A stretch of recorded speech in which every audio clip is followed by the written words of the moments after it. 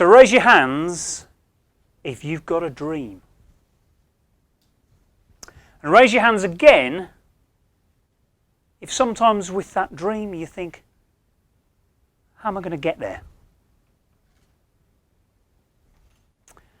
Let me take you back to the 20th of April, 1996. I'm lying in the cold, golden gravel of Horse Guards Parade. I'm in a lot of pain and I feel like I'm a complete turnip.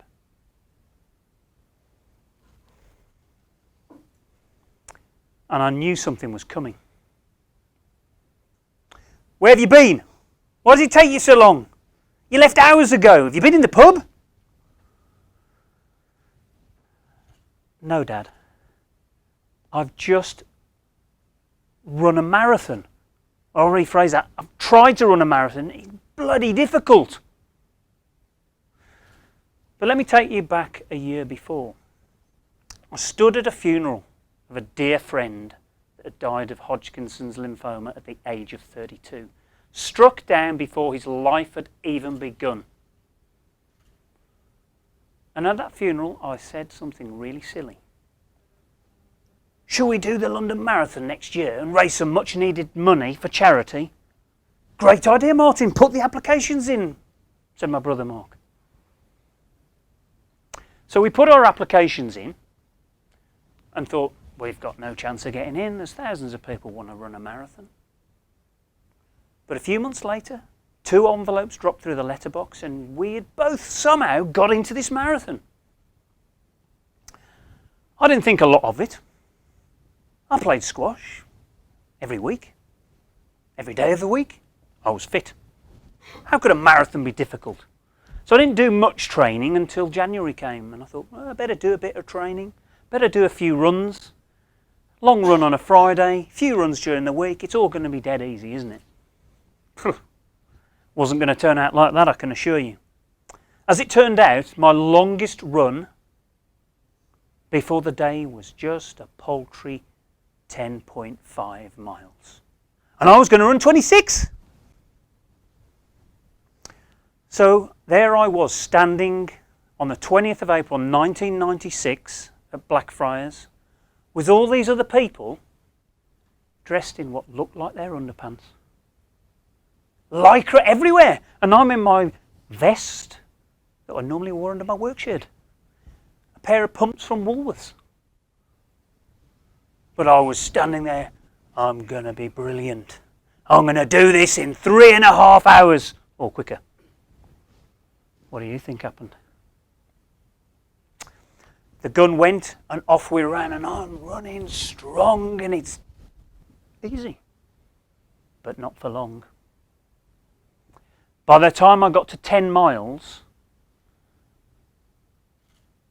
I was crawling like a chimpanzee in those PG Tips adverts. I could hardly move. So I struggled on and on. And I knew I was in real big trouble when a giraffe ran past me. Yep, charity runners. I was that slow.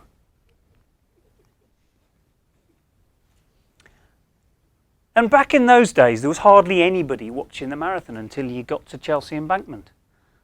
So I wasn't really that bothered. I was in a lot of pain, but not too bothered because nobody could see what I was doing. They couldn't see my embarrassment and the ridiculousness of how I was performing. I got to Chelsea Embankment and there were people. Come on, you're doing really well. And I'm thinking, I've been on my feet for 5 hours. There's nothing brilliant about this. And I struggled past Westminster, a long birdcage walk, and turned right at Buckingham Palace into the Mall. And struggled through to the finish to meet my family in Horse Guards Parade, where my dad was telling me, asking me, where had I been? What had I been doing? Now for most people, bearing in mind that it'd take me well over 5 hours to complete that marathon, would have said, that was just ridiculous. I'm not doing that again. not this full. I personally couldn't just have that as my only marathon experience. So what did I do? Monday morning, tap on the computer, entered another race, another marathon, as you do. I could hardly walk that day, but I still entered another marathon. But it's going to be different this time. I had to find somebody to help me prepare properly for a marathon. And I had an old friend, still a good old friend, called Paul from Dudley. Fantastic runner. Believe it or not, Dudley produces some really good runners. And Paul really helped me, coached me, had me eating the proper food. I learned to love couscous and lettuce and spinach. I ate all the right stuff. I trained at the right times. I trained with the right people. I went to bed early because I didn't want to just have a 5-hour plus marathon on my record. So 9 months later, I stood on the start line of Stafford Marathon. Boy, was it different. This time I wasn't very confident. In fact, I was absolutely panicking. But I shouldn't have panicked really, because I'd prepared properly. I'd had the right preparation, the right support to get me there. So just over 3 hours, 15 minutes later, I'd completed my second marathon. What a difference with some planning and preparation. Paul said to me afterwards, what a difference a bit of training makes. What a bit of different structure makes to your result. So you may be wondering what marathon running has to do with financial planning. Well, I'd just like to leave this with you.